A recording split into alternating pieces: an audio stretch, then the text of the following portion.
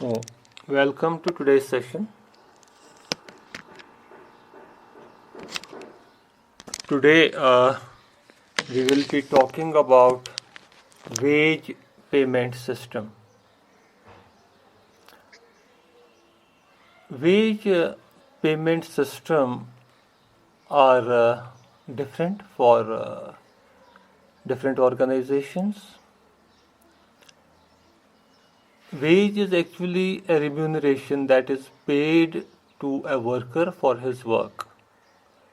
जो काम करता है कोई, उसको उसके मुआवजे में जो दिया जाता है उसे कहते हैं वेज। तो ये जो वेजेस हैं, इसको अलग अलग तरीक़ों से दिया जाता है। मतलब जैसे कि हम टाइम रेट सिस्टम की बात करते हैं। On the basis of time rate system, the worker is paid on the basis of hour, on the basis of day, on the basis of week और on the basis of month.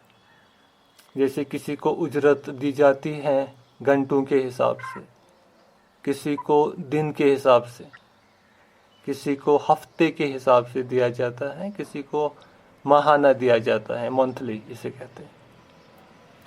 आमतौर पर यहाँ पे जब किसी को labour higher करते हैं तो उसे कैसे देते हैं, मजदूरी मुआवजा उसे कैसे देते हैं? आवरली बेसिस पे, डेली बेसिस पे, वीकली बेसिस पे या मंथली बेसिस पे?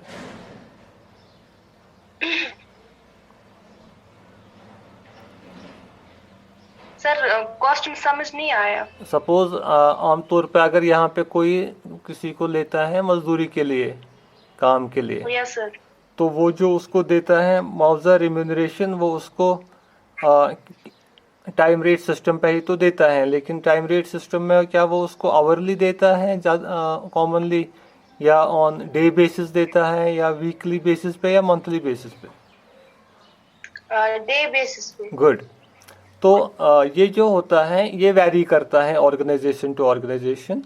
कुछ ऑर्गेनाइजेशंस में जो उनका लेबर फोर्स हैं, जो उनके वर्कर्स हैं, उनको घंटों के हिसाब से पेमेंट की जाती है। सपोज़ अगर पर घंटा सपोज़ होगा 50 रुपया, तो फिर देखते हैं इसको कितने घंटे आ गए। अगर दिन में आ गए 6 घंटे तो 300, अगर 7 घंटे 350, ऐसे देते हैं। किसी ऑर्गेनाइजेशन में डे बेसिस पे, फिर देखते हैं कितने दिन इसको आ गए, उसी हिसाब से उसको मिलता है पेमेंट। किसी ऑर्गेनाइजेशन में वीकली बेसिस पे देखते हैं कितने हफ्ते इसको आ गए काम पे, तो उस हिसाब से उसको पेमेंट मिलती है। और कुछ ऑर्गेनाइजेशंस में, मोस्टली ऑर्गेनाइजेशंस में मंथली बेसिस पे देते हैं।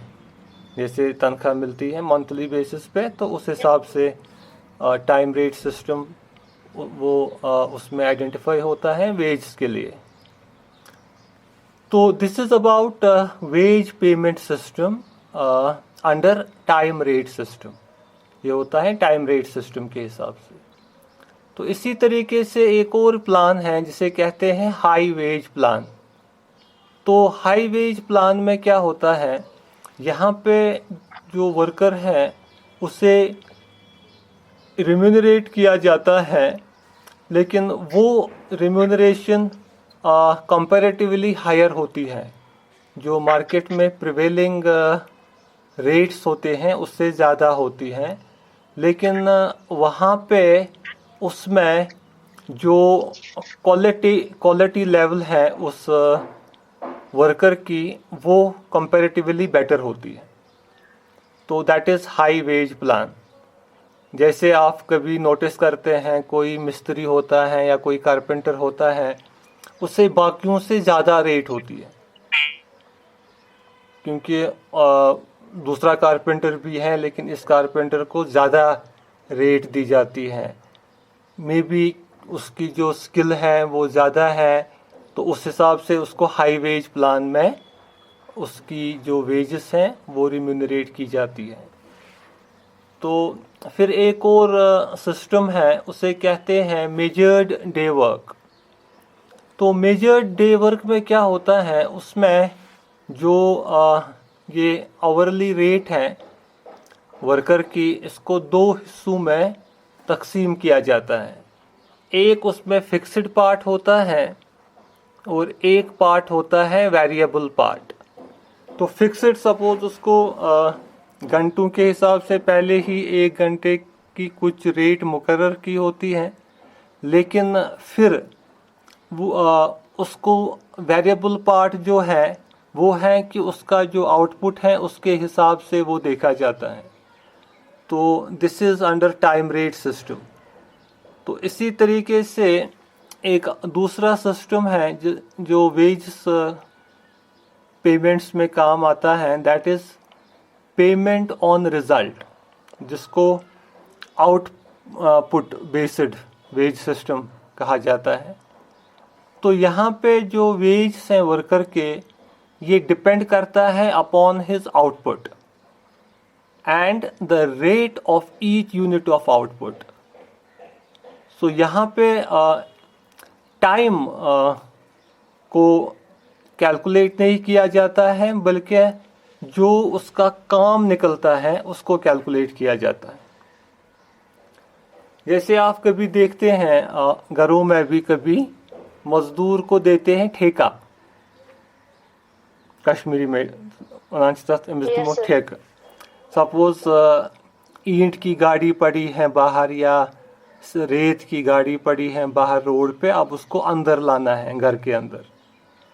तो अब कोई मजदूर को लाता है अमानी में, फिर देखता है इसको कितने दिन लगे, उसको दिन के हिसाब से पेमेंट करता है। अगर उसको 3 दिन लगे तो उसको, अगर 500 है रेट तो उसको 1500 देंगे। तो दूसरा होता है कि उसको आप बोलते हैं कि भाई साहब आपको यहाँ से, ये सड़क पे है मेन रोड पे, ये ईंट की गाड़ी आपको ये कोचू कोचू से लानी है अंदर घर तक, और फिर घर में कहीं पे स्टोर करके रखनी है। तो इसका आप कितना लोगे? सपोज वो बोलता है 1000 रुपया लूँगा इसका पूरी गाड़ी का। तो चाहे फिर उसको उस काम में 1 दिन लगे, 2 दिन लगे, 4 दिन लगे, आप उसका शुमार नहीं रखते हैं। आप शुमार रखते हैं कि आपकी वो गाड़ी बाहर से अंदर कब तक पहुंच जाएगी, तो आप उसको पेमेंट करेंगे। तो ये होता है। इसी तरीके से जो कुछ कारखाने हैं वहाँ पे पेमेंट होती है रिज़ल्ट बेसिस पे, कि जितना काम करेगा, सपोज़ कोई वर्कर है उसको सेब की बराई करनी है, तमिस वनान पेट भर दोस, तो उसको पर बॉक्स पैकिंग का पैसा मिलता है। तो उसे कहते हैं पीस वर्क सिस्टम। तो फिर उसमें टाइम नहीं कैलकुलेट किया जाता है कि इसको इस काम करने में कितना टाइम लगा, बल्कि आप देखते हैं इसका कितना काम निकला। सपोज इतनी पेटियां अगर उसने बराई की और आपने फिक्स किया है उसको पर पेटी कुछ अमाउंट, फिर आप कैलकुलेट करते हैं उतनी पेटियों का वो अमाउंट मल्टीप्लाई करके, और उस हिसाब से उसकी पेमेंट होती है। So that is called payment on result. तो इसको पीस वर्क में कहा जाता है। तो इसमें जब हम पीस वर्क की बात करते हैं तो इसमें थोड़ा सा जो एक्ट्स हैं, जो लेबर, जैसे हम कल डिस्कस कर रहे थे लेबर वेलफेयर स्कीम्स, उसमें थोड़ा ये होता था कि कुछ वर्कर्स फिर बहुत ज़्यादा टाइम काम के साथ सर्व करते थे, क्योंकि वो सोचते थे सपोज़ अगर मुझे 1 डब्बे की इतनी पेमेंट मिलेगी, तो चलो जितना मैं काम ज़्यादा करूं उतना आउटपुट बढ़ेगा, जितना आउटपुट बढ़ेगा उतना मेरा पैसा ज़्यादा बन जाएगा। तो as a result of which what workers use it to do, they use it to put lot of efforts in doing work. Suppose अगर नॉर्मली 8 घंटे का काम करना है, वो 16 घंटे का काम करते थे 24 घंटों में से। तो उससे क्या होता था, जब ज़्यादा वो काम करते थे तो उससे उनकी हेल्थ पे असर पड़ता था, क्योंकि वो तो अपनी ज़रूरियात पूरी करने के लिए, पैसा कमाने के लिए ज़्यादा काम करते थे, लेकिन उसमें उनकी हेल्थ पे असर पड़ता था, नेगेटिव इम्पैक्ट। तो इस वजह से थोड़ा सा इस जो रिज़ल्ट ओरिएंटेड सिस्टम है, थोड़ा सा ये उसका नेगेटिव एस्पेक्ट था, तो उसको थोड़ा सा डिस्करेज किया गया।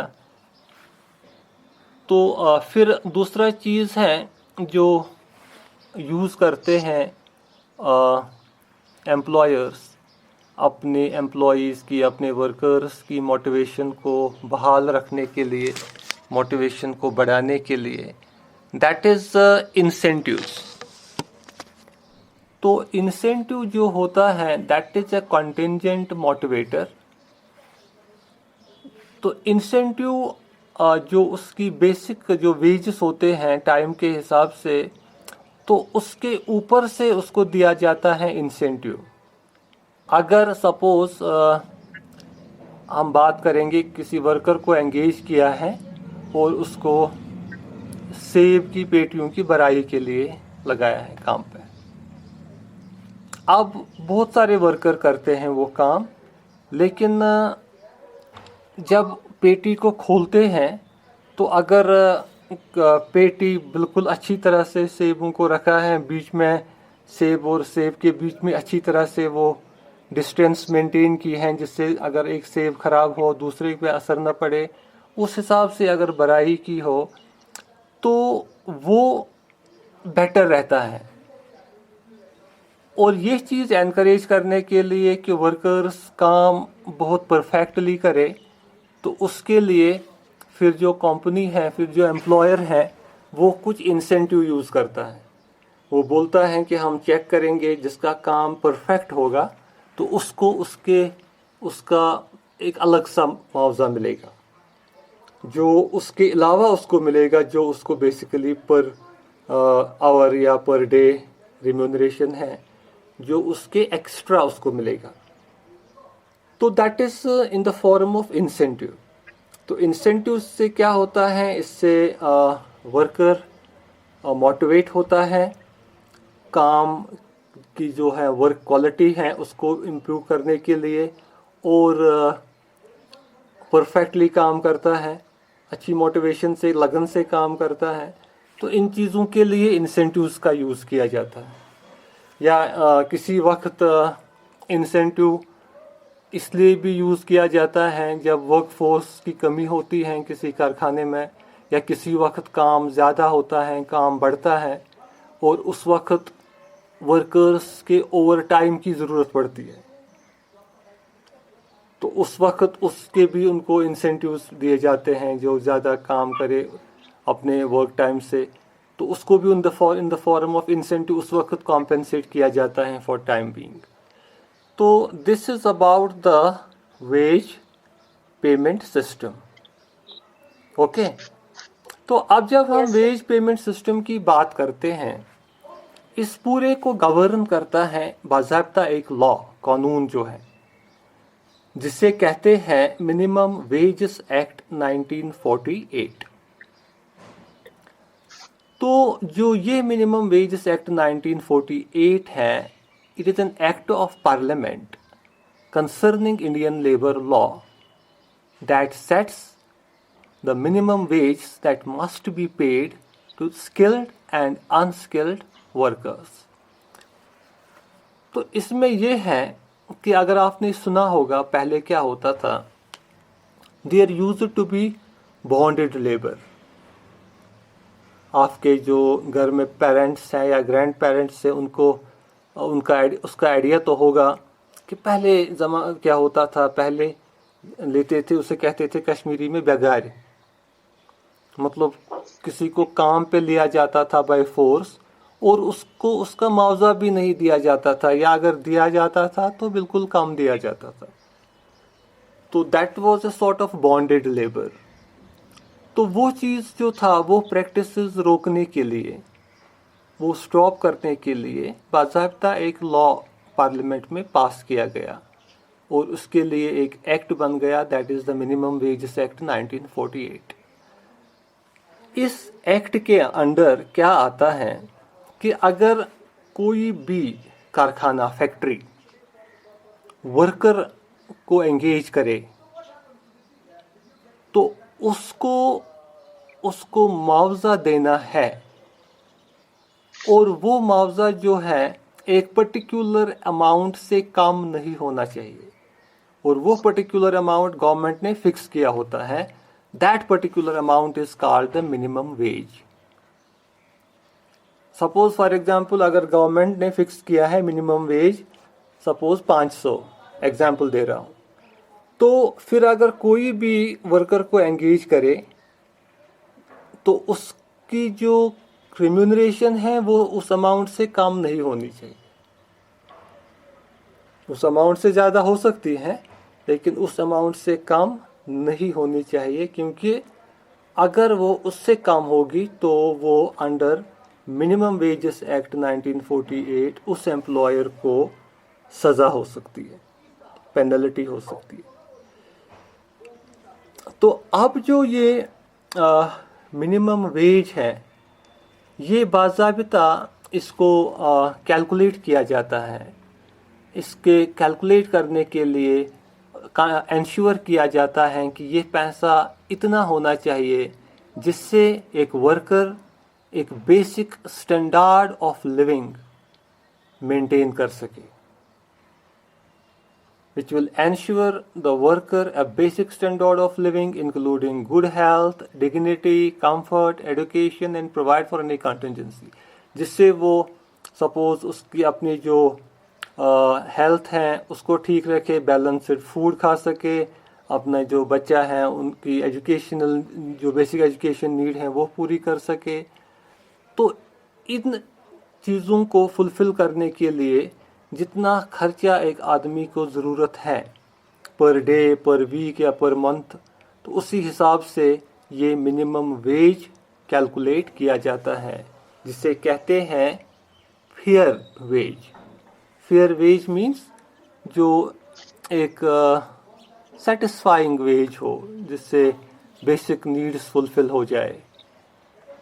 तो वो अमाउंट फिक्स किया जाता है और फिर पूरी कंट्री में बाज़ाब्ता इसके लिए डिपार्टमेंट हैं, लेबर वेलफेयर डिपार्टमेंट, और लेबर वेलफेयर डिपार्टमेंट्स बाज़ाब्ता मिनिस्ट्री है, मिनिस्ट्री के अंडर डिपार्टमेंट हैं, और वो डिपार्टमेंट सेंटर और स्टेट में कारखानों पे विज़िट करते हैं, वहाँ वर्कर्स से मिलते हैं और देखते हैं कि क्या मिनिमम वेजेस एक्ट फॉलो होता है या नहीं. तो इसमें ये चीज़ है, अब ये एक्ट किस पे अप्लाई होता है ये देखना है. कोई भी कारखाना जहाँ पे 10 या 10 से ज़्यादा वर्कर काम करते हैं वहाँ पे ये एक्ट इम्प्लीमेंट होता है. Minimum number of employees should be 10 और मोर देन 10.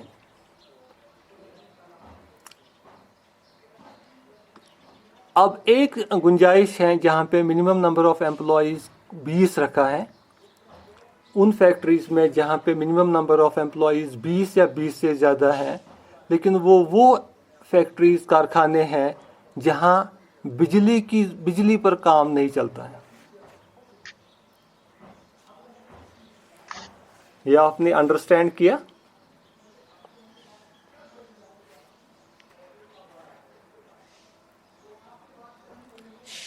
एक कारखाना वो होता है जहां काम बिजली पे होता है, मतलब जहां कारखाने को चलाने के लिए बिजली ज़रूरी है.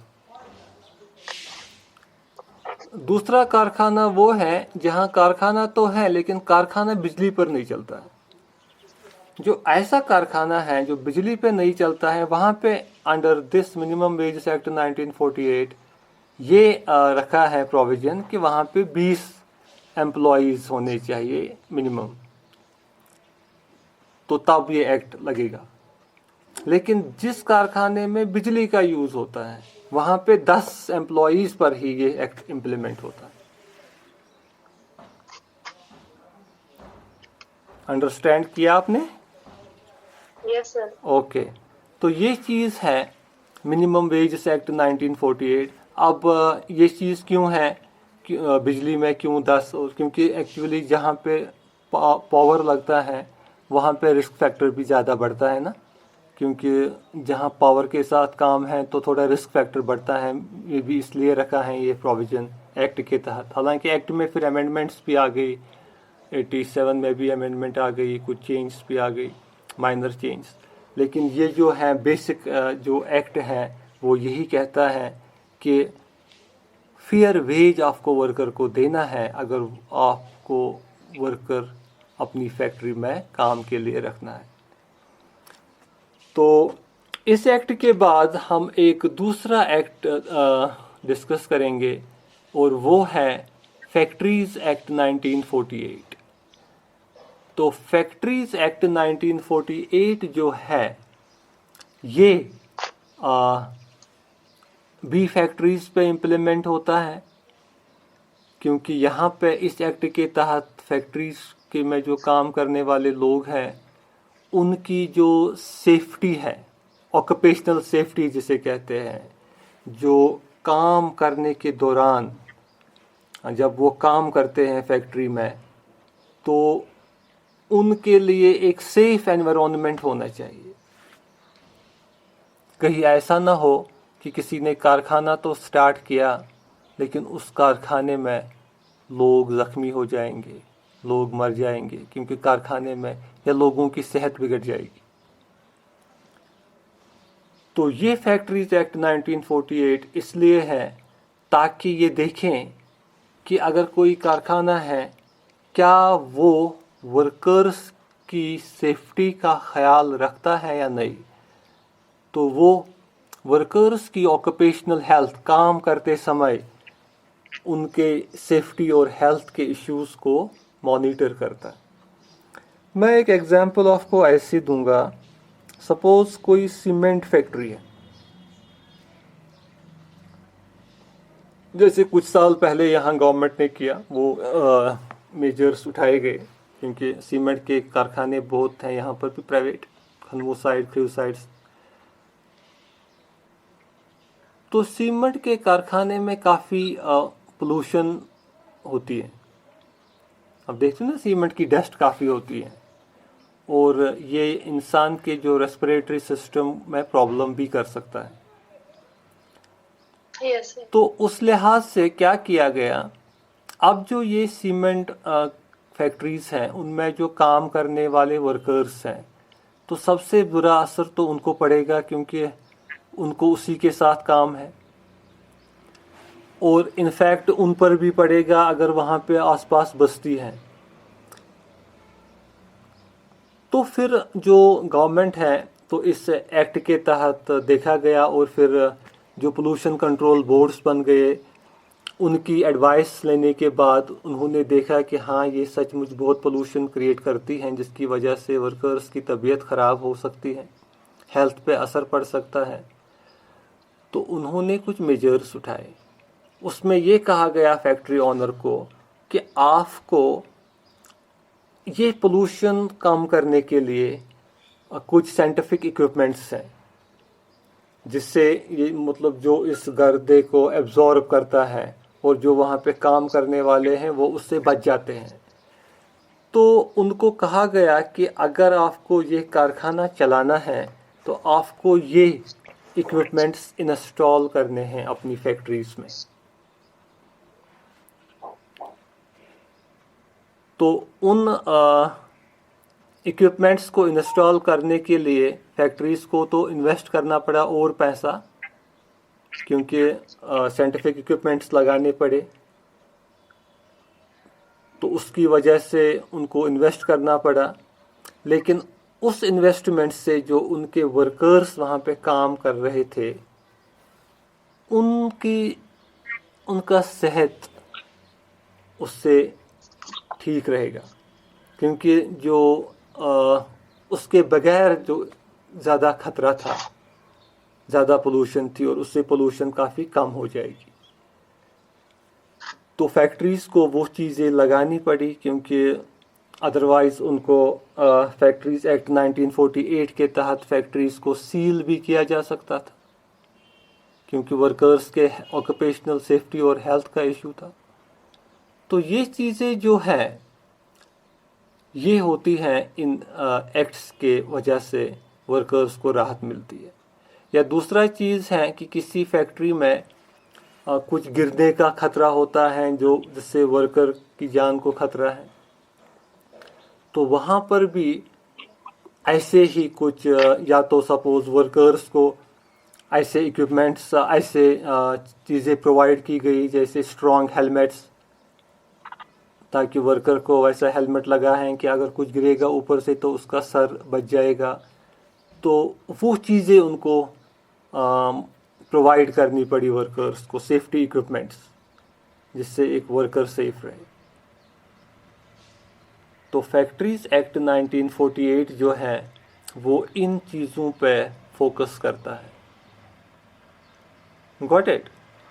तो इस एक्ट में भी ये कंडीशन है कि यहाँ पे इसका ज़्यादा फोकस है, जैसे मैंने बोला 10 worker in the case of factories using power and 20 in the case of factories who are not using power। तो ये उन पर इम्प्लीमेंट होता है। हालांकि मिनिमम वेजेस एक्ट जो है उसका जो डोमेन है वो अब उससे आगे भी बढ़ गया, क्योंकि आजकल जो ह्यूमन ये राइट्स ऑर्गेनाइजेशंस हैं या बाकी जो नॉन गवर्नमेंटल ऑर्गेनाइजेशंस हैं, वो इवन जो डोमेस्टिक हेल्प्स होते हैं, जो घर में काम करने वाले हैं, तो वो उनके इश्यूज़ को भी अब रेज करते हैं ताकि मिनिमम वेजेस एक्ट उस पर भी इम्प्लीमेंट हो। अगर कोई किसी के घर में काम करता है उसको भी एटलीस्ट एक इतना वेज मिले जिससे वो अपना लाइवलीहुड डिसेंटली पास स्पेंड कर सके। तो ये चीज़ें जो हैं ये फैक्ट्रीज़ में ओवरऑल या कारखानों में या ऑर्गेनाइजेशंस में इसका इम्पैक्ट ओवरऑल पॉजिटिव रहता है, क्योंकि ऐसी चीज़ें जब होती हैं तो नेचुरली जो जॉब सेटिस्फैक्शन है वर्कर की वो बढ़ जाती है, क्योंकि एक सेफ एनवायरनमेंट है और एक ऐसा एनवायरनमेंट है जहाँ पे फेयर वेज सिस्टम है, जहाँ पे जो कॉम्पेंसेशन है वर्कर की वो बिल्कुल उसी हिसाब से दी जाती है जिस हिसाब से उसका काम है, और उससे वो अपनी जो बेसिक नीड्स हैं फुलफ़िल कर सकता है। तो उससे क्या होता है, उससे एम्प्लॉयज़ की जो जॉब सेटिस्फैक्शन है वो बढ़ जाती है। Got it? So I think Yes, now sir. we will conclude the session. Okay? तो आपने अंडरस्टैंड किया प्रॉपरली? Yes, sir.